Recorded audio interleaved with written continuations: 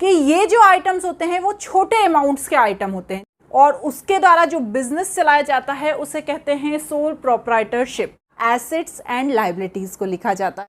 इतना सब बनाने के बाद इन्हें क्यों बना रहे हैं? Hello everyone, welcome to Studynetic. मैं हूं पूजा मेहता और मेरे यूट्यूब चैनल पर आप सभी बच्चों का स्वागत है। बच्चों, क्लास 11 की अकाउंट्स पढ़ रहे हैं जिसमें आज हम चैप्टर 19 कौन सा, financial statement of sole proprietorship start करने वाले हैं। इसके प्रीवियस जितने भी चैप्टर्स हैं वो मेरे प्लेलिस्ट में डले हुए हैं, एक एक क्वेश्चंस उसके मैंने कराए हैं, वो आप वहाँ पर जाकर देख सकते हैं। कोई भी डाउट होता है ना उसे आप मुझसे पूछ सकते हैं। आज यहाँ पर हम चैप्टर नंबर 19 स्टार्ट करने वाले हैं। तो स्टार्ट करने से पहले आप सभी स्टूडेंट से रिक्वेस्ट है, मेरे चैनल को ज़रूर सब्सक्राइब कर देना, लाइक करना, कमेंट करना। कोई भी डाउट होता है किसी भी क्वेश्चन से रिलेटेड, कोई भी ट्रांजैक्शन से रिलेटेड, आप मुझसे कमेंट बॉक्स में पूछ सकते हैं, उसका मैं ज़रूर जवाब दूंगी। चलिए तो स्टार्ट करते हैं किससे, चैप्टर 19 के इंट्रोडक्शन से। अब देखिए यहाँ पर क्या लिखा है मैंने, financial statement of sole proprietorship, ये हमारे चैप्टर का नाम है। अब फाइनेंशियल स्टेटमेंट क्या होता है और सोल प्रोप्राइटरशिप क्या होता है, हम पहले इसको समझ लेते हैं। सोल प्रोप्राइटरशिप मतलब जब कोई एक व्यक्ति बिजनेस करता है, ठीक है ना। अभी तक तो हम क्लास 11th में एक व्यक्ति द्वारा ही बिजनेस किए जाने का सारा समझ चुके हैं, क्योंकि यहाँ पर पार्टनर्स की बात अभी नहीं बताई गई है, मतलब दो या दो से ज़्यादा लोगों द्वारा बिजनेस चलाए जाने की बात अभी नहीं बताई गई है, वो बताएंगे हमको क्लास 12th में। यहाँ पर क्लास 11th में एक व्यक्ति द्वारा ही बिजनेस चलाए जाने की बात बताई गई है। जब कोई एक इंसान, एक पर्सन, कोई भी ऑर्गेनाइजेशन को, कोई भी फर्म को रन करता है तो उसे कहते हैं सोल प्रोप्राइटर, और उसके द्वारा जो बिजनेस चलाया जाता है उसे कहते हैं सोल प्रोप्राइटरशिप। अब जब वो बिजनेस चलाता है, बनाता नहीं है, जब वो बिज़नेस चलाता है तो वो बिज़नेस में बहुत सारी कैपिटल भी लगाता है, बहुत सारे खर्चे भी करता है, फिर उसे जो भी प्रोडक्ट बना रहा है उसको सेल करने के बाद उससे बहुत सारी अर्निंग भी उसे होती है। तो ये सारे काम वो कैसे करता है, किसी भी बिज़नेस में बहुत सारे ट्रांजेक्शन्स करके वो क्या करता है, सोल प्रोप्राइटरशिप बिज़नेस को रन करता है। ठीक है मैडम, यहाँ तक तो हमको समझ में आ गया।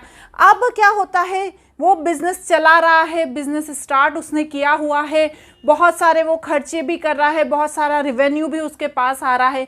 तो इन सब का उसे क्या होता है, एक अकाउंटिंग ईयर जो होता है हमारा, हमें पता ही है अकाउंटिंग ईयर क्या होता है। क्या होता है, 1 अप्रैल से 31 मार्च का हमारा अकाउंटिंग ईयर होता है।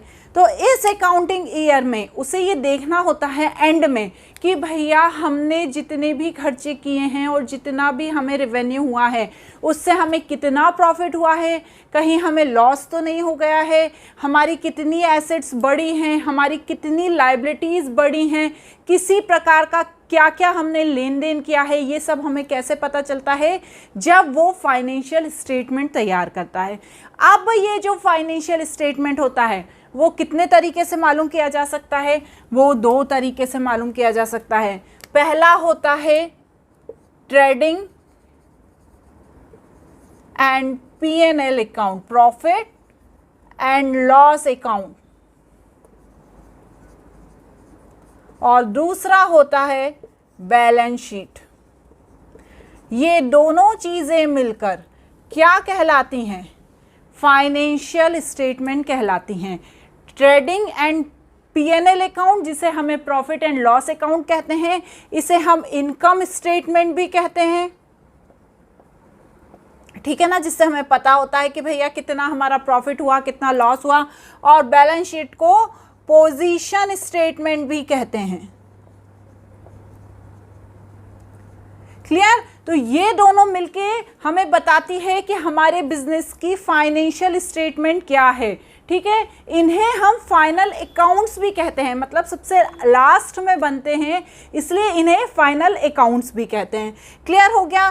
Trading and profit and loss account and balance sheet. अब जो ये ट्रेडिंग अकाउंट है और प्रॉफिट एंड लॉस अकाउंट है, ये साथ में भी बनाया जाता है।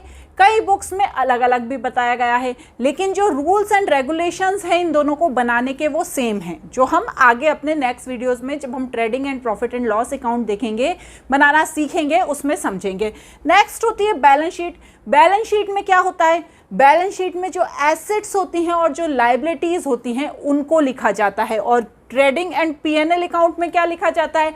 उसमें जितने भी रेवेन्यू होते हैं और एक्सपेंडिचर होते हैं उसे लिखा जाता है। यहाँ तक तो क्लियर हो गया। अब एक बात बताइए कि इन्हें बनाने की ज़रूरत क्या है? वैसे तो मैंने आपको बता दिया कि प्रॉफिट एंड लॉस पता करने के लिए या हमें कितना अच्छा हमारा बिजनेस चल रहा है ये मालूम करने के लिए ये बनाया जाता है, लेकिन फिर भी क्यों इतनी सारी चीज़ें करी? हमने जनरल बनाया, लेज़र बनाया, ट्रायल बैलेंस बनाया, इतना सब बनाने के बाद इन्हें क्यों बना रहे हैं? तो इन्हें बनाने का ऑब्जेक्टिव क्या है? तो देखिए ये ऑब्जेक्टिव लिखें। क्या ऑब्जेक्टिव है? ट्रेडिंग और प्रॉफिट एंड लॉस अकाउंट बनाने का क्या ऑब्जेक्टिव है? क्योंकि देखिए हैं तो ये दोनों फाइनल अकाउंट्स ही, लेकिन बनते दोनों अलग अलग हैं, ठीक है ना। ट्रेडिंग एंड पीएनएल अकाउंट अलग बनता है और बैलेंस शीट अलग बनती है।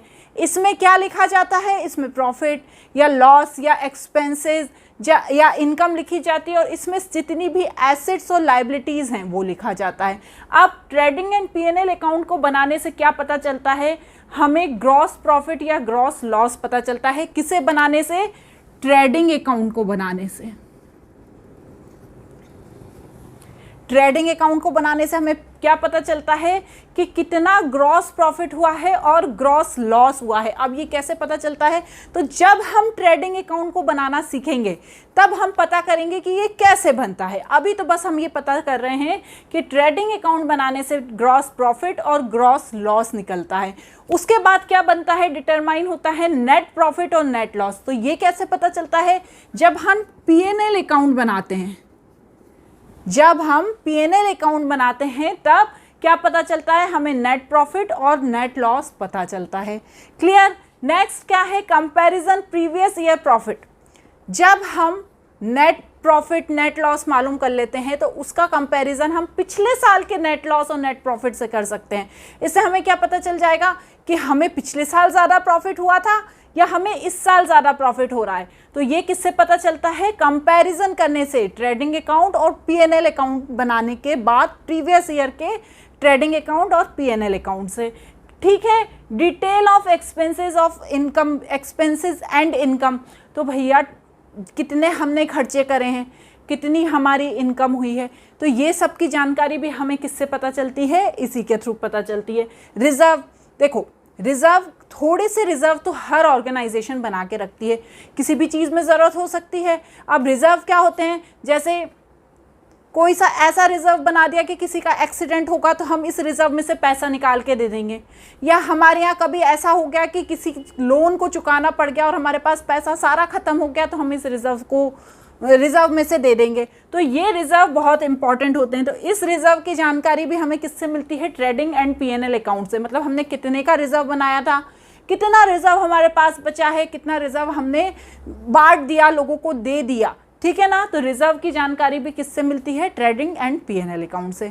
यहाँ तक ठीक है मैडम। नेक्स्ट है बैलेंस शीट। बैलेंस शीट किसके बाद बनाई जाती है? ट्रेडिंग एंड पीएनएल अकाउंट के बाद। नो अबाउट फाइनेंशियल पोजीशन, कितनी एसेट्स बिजनेस में आई, कितनी लायबिलिटीज़ बिजनेस के लिए बढ़ गई, कितना उसने लोन ले लिया, कितना उसका पैसा डूब गया, कितनी बिल्डिंग्स खरीद ली, कितनी लैंड्स खरीद ली, इन सब की जानकारी किससे मिलती है? बैलेंस शीट से। क्यों? क्योंकि बैलेंस शीट में हमेशा हमेशा एसेट्स एंड लायबिलिटीज़ को लिखा जाता है। क्लियर है मैडम।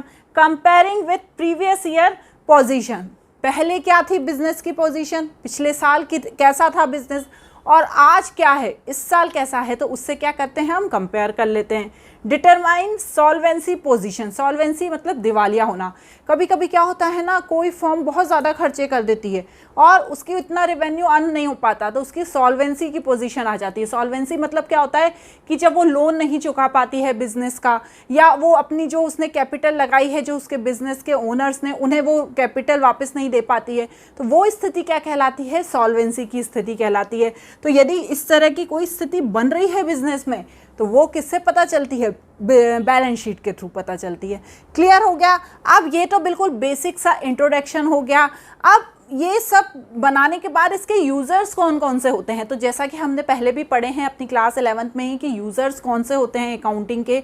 तो देखिए, एक होते हैं इंटरनल यूज़र, एक होते हैं एक्सटर्नल यूज़र। इंटरनल कौन होते हैं? जो ओनर होते हैं या जो मैनेजमेंट होती है उस बिज़नेस की, वो भी तो जानना चाह रही है ना कि क्या हाल चाल चल रहे हैं बिज़नेस में, तो वो इंटरनल यूज़र हो जाते हैं। और एक्सटर्नल यूज़र कौन होते हैं? जैसे गवर्नमेंट हो गई, हमारे क्रेडिटर्स हो गए, ये सारे क्या होते हैं? एक्सटर्नल यूज़र्स होते हैं। और ये क्या जानना चाहते हैं? बिजनेस में इन्होंने पैसा लगाया है, तो ये भी जानना चाहते हैं कि बिजनेस किस पोजीशन में चल रहा है। इसके बाद क्या पढ़ेंगे हम? इसके बाद हम पढ़ेंगे कि इसमें कौन कौन से कैपिटल और रेवेन्यू आइटम लिखे जाते हैं। क्या होते हैं मैडम ये? बस इसे पहले आप नोट करिए, इसके बाद हम कैपिटल एंड रेवेन्यू आइटम्स को ही समझेंगे, जिसमें कैपिटल एक्सपेंडिचर और कैपिटल रिसीप्ट, साथ ही साथ रेवेन्यू एक्सपेंडिचर और रेवेन्यू रिसीप्ट को मैं आपको क्लियर करूँगा। अब ट्रेडिंग एंड P&L अकाउंट, साथ ही साथ बैलेंस शीट बनाते समय हमें रेवेन्यू और कैपिटल जो भी आइटम्स होते हैं उनका क्लासिफिकेशन किस तरह से करना है, ये मालूम होना बहुत ज़्यादा ज़रूरी होता है। जैसा कि हम जानते हैं कि जब भी कोई ट्रांजैक्शन होता है, सबसे पहले जब ट्रांजैक्शन होते हैं तो उनकी जनरल एंट्री की जाती है। जनरल एंट्री करने के बाद क्या होता है? उनको लेज़र में पोस्टिंग की जाती है, और लेज़र में पोस्टिंग करने के बाद ट्रायल बैलेंस बनाया जाता है। यहाँ तक का तो प्रोसीजर हमको पता ही है। ट्रायल बैलेंस बनाने के बाद हमें क्या करना होता है?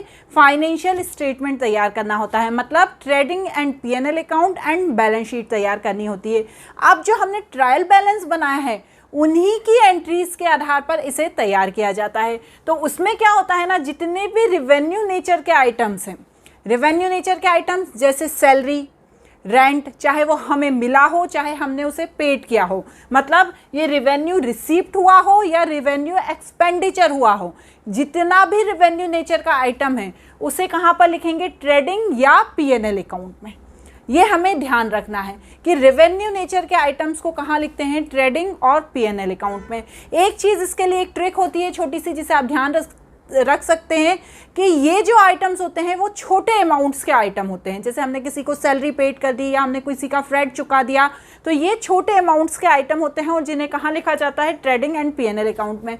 अब जितने भी कैपिटल नेचर के आइटम हैं उन्हें कहाँ पर लिखा जाता है? बैलेंस शीट में लिखा जाता है। अब जैसे ओनर है, ओनर ने कैपिटल लगा दी बिजनेस में, तो ये क्या हो गया? कैपिटल रिसीप्ट हो गई। जैसे हमने कोई लैंड खरीद ली, हमने कोई बिल्डिंग खरीद लिया, तो ये क्या हो गया? हमारा एक्सपेंडिचर हो गया। तो ये बड़े नेचर का हुआ ना, इसमें अमाउंट बड़ा आएगा ना, तो ये क्या कहलाती हैं? कैपिटल नेचर के आइटम्स कहलाते हैं। और ये हमेशा बैलेंस शीट में लिखे जाते हैं, या तो एसेट साइड लिखे जाते हैं या लायबिलिटी साइड लिखे जाते हैं। इनका फॉर्मेट जब हम आगे पढ़ेंगे ना हमारे नेक्स्ट वीडियोस में, तब समझेंगे। ठीक है मैडम। अब इसमें एक और इम्पॉर्टेंट एक्सपेंडिचर होता है डिफर्ड रेवेन्यू एक्सपेंडिचर, जिसे हमने शायद पहले पढ़ा है। डिफर्ड रेवेन्यू एक्सपेंडिचर क्या होता है? ऐसा एक्सपेंडिचर जो बहुत टाइम तक होता रहता है, जैसे एडवर्टाइजमेंट। एडवर्टाइजमेंट जितने दिन तक टीवी पर चलता है उतने दिन तक उसका खर्चा हमें देना पड़ता है। अब इसे कहाँ पर लिखते हैं? जिस साल ये करंट ईयर में, जिस साल ये एडवर्टाइजमेंट का खर्चा स्टार्ट हुआ है और जितना हमने उस करंट ईयर में दिया है, तो उसे हम कहाँ पर लिखेंगे? डेबिट साइड लिखेंगे P&L अकाउंट के। और जो बचा हुआ है, जो हमें इस साल नहीं देना है, अगले साल देना है, तो उसे हम एसेट साइड लिखेंगे बैलेंस शीट में। तो एक छोटी सी बात है, जब हम करेंगे तो हमें और अच्छे से आता चला जाएगा। तो यहाँ पर अभी तक हमें क्या क्लियर हुआ? हमें ये क्लियर हुआ कि जब फाइनेंशियल स्टेटमेंट तैयार किया जाता है तो ट्रेडिंग एंड P&L अकाउंट, साथ ही साथ बैलेंस शीट बनाई जाती है। ट्रेडिंग एंड P&L अकाउंट में जितने भी रेवेन्यू नेचर के आइटम्स हैं वो लिखे जाते हैं, और बैलेंस शीट में जितने भी कैपिटल नेचर के आइटम्स हैं वो लिखे जाते हैं। अब इसका फॉर्मेट क्या होता है आज ही समझ लेंगे क्या? एक ही वीडियो में। अगले वीडियो में हम ट्रेडिंग अकाउंट का फॉर्मेट समझेंगे। आज के वीडियो में इतना ही। Thank you. पसंद आए तो ज़रूर सब्सक्राइब करना। Thank you.